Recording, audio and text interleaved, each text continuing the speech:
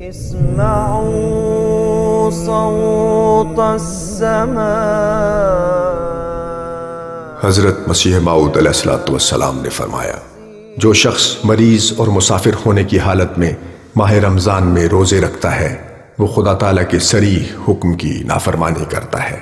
خدا تعالیٰ نے صاف فرما دیا ہے کہ مریض اور مسافر روزہ نہ رکھے، مرض سے صحت پانے اور سفر کے ختم ہونے کے بعد روزے رکھے۔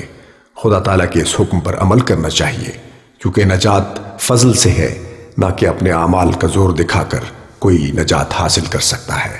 خدا تعالیٰ نے یہ نہیں فرمایا کہ مرض تھوڑی ہو یا بہت اور سفر چھوٹا ہو یا لمبا، بلکہ حکم عام ہے اور اس پر عمل کرنا چاہیے۔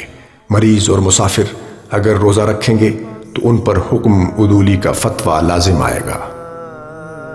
جاء المسيح جاء المسيح